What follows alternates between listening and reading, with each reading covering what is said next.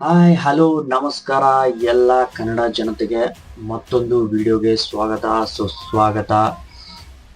ಇವತ್ತು 2026 IPL ನ mega final match, ಒಂದು ದೊಡ್ಡ ರೈವಲ್ರಿ ಅಂತಾನೆ ಹೇಳ್ಬೋದು.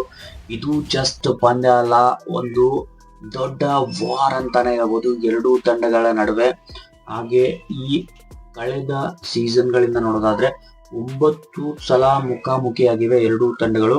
ಹಾಗೆ ಈ 9 ಸಲದಲ್ಲಿ 5-4ರಿಂದ ಎಲ್ಲೋ ಒಂದ್ ಕಡೆ ಮುನ್ನಡೆಯನ್ನ ಸಾಧಿಸ್ತಾ ಇದೆ RCB ತಂಡ. ಸೊ ಈ ಮ್ಯಾಚ್ ನಲ್ಲಿಯೂ ಕೂಡ ಒಳ್ಳೆಯ ಬ್ಯಾಟಲ್ ನೋಡೋಕ್ ಸಿಗುತ್ತೆ ಎಲ್ಲಾ ಪ್ಲೇಯರ್ಸ್ ಗಳ ನಡುವೆ.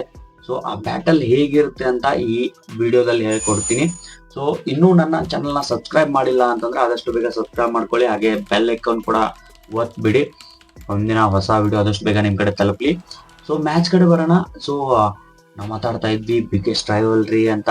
ಸೊ ಈ ಎರಡು ತಂಡಗಳು ಯಾವಾಗ ಮುಖಾಮುಖಿ ಆಗಿವೆ. 250+ ರನ್ಸ್ ಕೂಡ ದಾಖಲೆ ಆಗಿದೆ. ಹಾಗೆ the king Kohli and the prince Shubman Gill ಅವರ ಬ್ಯಾಟಲ್ ಕೂಡ ತುಂಬಾನೇ ಚೆನ್ನಾಗಿರುತ್ತೆ. ತುಂಬಾನೇ ಪ್ರೀತಿ ಕೊಟ್ಟಿದ್ದಾರೆ ಇಂಡಿಯನ್ ಪಬ್ಲಿಕ್, ಒಳ್ಳೆಯ ಪ್ರೀತಿಯನ್ನ ಕೊಡ್ತಾರೆ ಇಬ್ಬರು ಆಟಗಾರರಿಗೆ.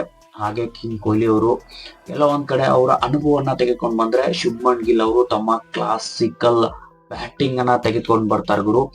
ಸೊ ಎರಡೂ ಪ್ಲೇಯರ್ಸ್ಗೆ ಯಾವುದೇ ಹೇಟ್ ಇಲ್ಲ, ಎರಡೂ ಪ್ಲೇಯರ್ಸ್ಗೆ ಅಷ್ಟೇ ಉತ್ತಮವಾದಂತಹ ರೆಸ್ಪಾನ್ಸ್ ಇದೆ. ಪಬ್ಲಿಕ್ ಕಡೆಯಿಂದ ಕೂಡ, ಆಡಿಯನ್ಸ್ ಕಡೆಯಿಂದ ಕೂಡ ಒಳ್ಳೆಯ ರೆಸ್ಪಾನ್ಸ್ ಸಿಕ್ಕಿದೆ. ಸೊ ಕೀ ಫ್ಯಾಕ್ಟರ್ಸ್ ಗಳನ್ನ ನೋಡೋಣ. ಅದಕ್ಕಿಂತ ಮುಂಚೆ ಪಿಚ್ ರಿಪೋರ್ಟ್ ಕಡೆ ಬರ್ತೀನಿ. ಪಿಚ್ ರಿಪೋರ್ಟ್ ಅನ್ನ ನೋಡೋದಾದ್ರೆ ಪೇಸ್ ಮತ್ತು ಕ್ಯಾರಿ ಪಿಚ್ ಇದೆ.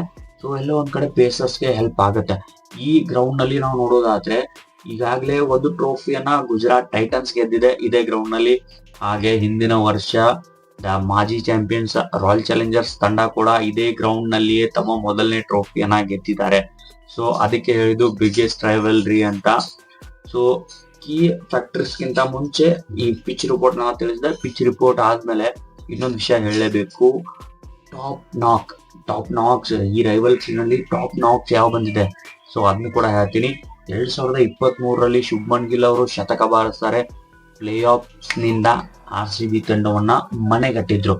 ಸೊ ಅದಾದ ನಂತರ 2024ರಲ್ಲಿ ಒಂದು ಅದ್ಭುತವಾದ ಸೆಂಚುರಿ ಇನ್ನಿಂಗ್ಸ್ ಬರುತ್ತೆ. ಡಾಮಿನೇಟಿಂಗ್ ಇನ್ನಿಂಗ್ಸ್ ಅಂದ್ರೆ ತಪ್ಪಾಗೋದಿಲ್ಲ.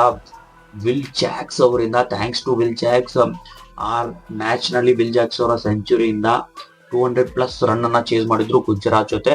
ಅದಾದ ನಂತರ 2026ರಲ್ಲಿ 3 ಪಂದ್ಯ ಆಗಿವೆ. 3 ಪಂದ್ಯದಲ್ಲಿ 2-1 ಇಂದ ಮುನ್ನಡೆ ಸಾಧಿಸ್ತಾ ಇದೆ RCB ತಂಡ.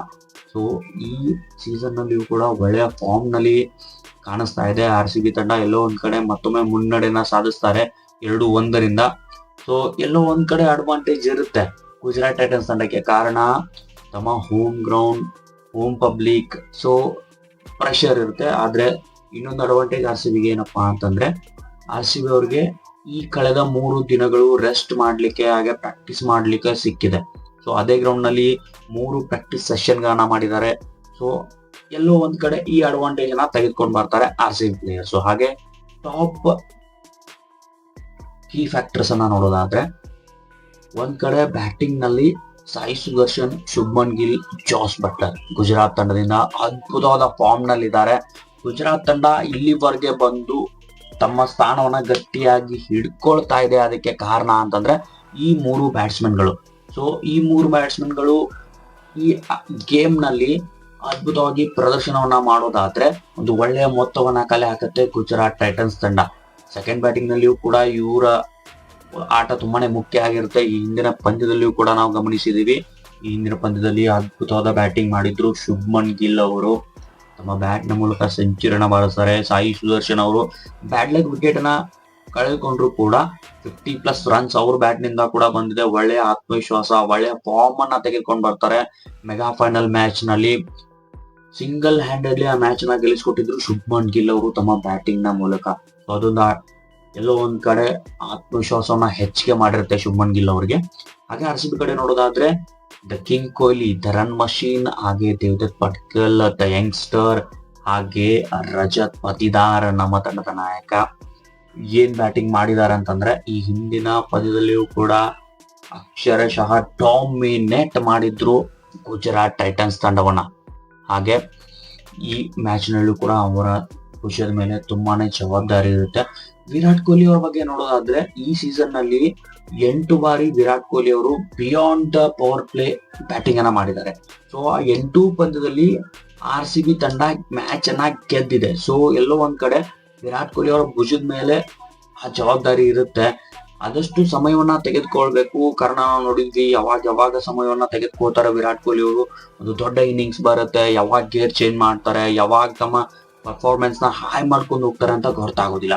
ಸೊ ಎಲ್ಲೋ ಒಂದ್ ಕಡೆ ಅವರು ಆ ರೀತಿಯಾದಂತ ಬ್ಯಾಟಿಂಗ್ ಮಾಡ್ಬೇಕಾಗುತ್ತೆ. ಸೊ ಇನ್ನೊಂದ್ ಕಡೆ ದೇವದತ್ ಪಡಿಕ್ಕಲ್ ಅವರು ಒಳ್ಳೆ ಫಾರ್ಮ್ ನಲ್ಲಿದ್ದಾರೆ, ಒಳ್ಳೆಯ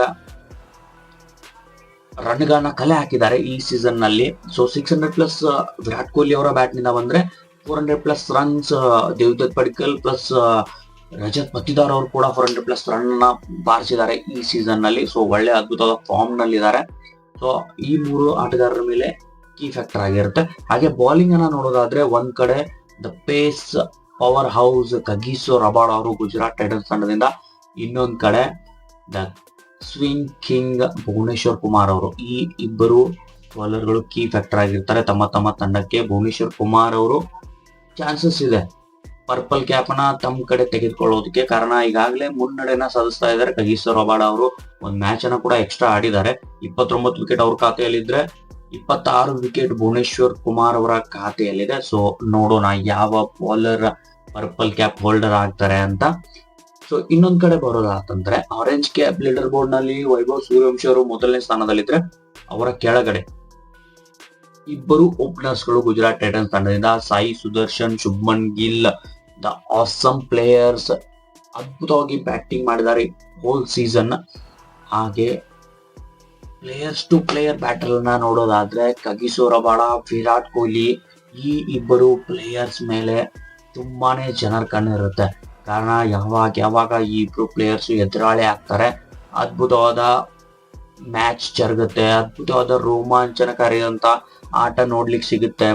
ಕಗಿಸೋ ರಬಾಡ ಅವರು ವಿಕೆಟ್ ಅನ್ನ ತೆಗೆದುಕೊಂಡಿದ್ದಾರೆ ಹಲವಾರು ಬಾರಿ ವಿರಾಟ್ ಕೊಹ್ಲಿ ಅವ್ರದ್ದು. ಆದ್ರೆ 144 ಸ್ಟ್ರೈಕ್ ರೇಟ್ ಇದೆ ವಿರಾಟ್ ಕೊಹ್ಲಿ ಅವರು ಕಗಿಸೋ ರಬಾಡ ಅವರ ಎದುರಾಳಿಯಾಗಿ ಆಡಿದಾಗ. ಸೊ ಇನ್ನೊಂದ್ ಕಡೆ ನೋಡೋದಾದ್ರೆ ಭುವನೇಶ್ವರ್ ಕುಮಾರ್ ವರ್ಸಸ್ ಶುಭ್ಮನ್ ಗಿಲ್ ಹಾಗೂ ಬಟ್ಲರ್, ಈ ಬ್ಯಾಟಲ್ ನ ನೋಡೋದಾದ್ರೆ ಭುವನೇಶ್ವರ್ ಕುಮಾರ್ ಅವರು ಎಲ್ಲೋ ಒಂದ್ ಕಡೆ ಮೇಲುಗೈಯನ್ನ ಸಾಧಿಸ್ತಾ ಇದ್ದಾರೆ. ಕಾರಣ ಕೇವಲ 100ರ ಸ್ಟ್ರೈಕ್ ರೇಟ್ ಇದೆ ಈ ಇಬ್ರು ಬ್ಯಾಟ್ಸ್ಮನ್ ಗಳದ್ದು, ಭುವನೇಶ್ವರ್ ಕುಮಾರ್ ಅವರ ಅಪೋಸಿಟ್. ಸೊ ಎಲ್ಲೋ ಒಂದ್ ಕಡೆ ಭುವನೇಶ್ವರ್ ಕುಮಾರ್ ಅವರು ತಮ್ಮ ಕೈಯನ್ನ ಮೇಲ್ಗೈ ಮಾಡ್ತಾರೆ ಈ ಪಂದ್ಯದಲ್ಲಿ. ಸೊ ಅವ್ರ ಮೇಲೂ ಕೂಡ ತುಂಬಾನೇ ಜವಾಬ್ದಾರಿ ಇರುತ್ತೆ. ಆಗ್ಲೇ ಒಳ್ಳೆಯ ಸೀಸನ್ ಅವ್ರಿಗೆ ತಲುಪ್ತಾ ಇದೆ. ಈ ಮ್ಯಾಚ್ ನಲ್ಲಿ ಏನಾದ್ರೂ 3ರಿಂದ 4 ವಿಕೆಟ್ ಗಳನ್ನ ತೆಗೆದುಕೊಳ್ಳೋದಾದ್ರೆ ಈ ಪಂದ್ಯದ ಹೀರೋ, ಈ ಸೀಸನ್ ನ ಹೀರೋ ಅಂತಾನೆ ಹೇಳ್ಬೋದು ಭುವನೇಶ್ವರ್ ಕುಮಾರ್ ಅವರಿಗೆ. ಅಂತಹ ಅದ್ಭುತವಾದ ಬೌಲಿಂಗ್ ಪ್ರದರ್ಶನ. ಸೊ ಎಲ್ಲೋ ಒಂದ್ ಕಡೆ ಎರಡೂ ತಂಡಗಳಿಗೆ ಪ್ರೀತಿ ಸಿಗ್ತಾ ಇದೆ ಜನರ ಕಡೆಯಿಂದ.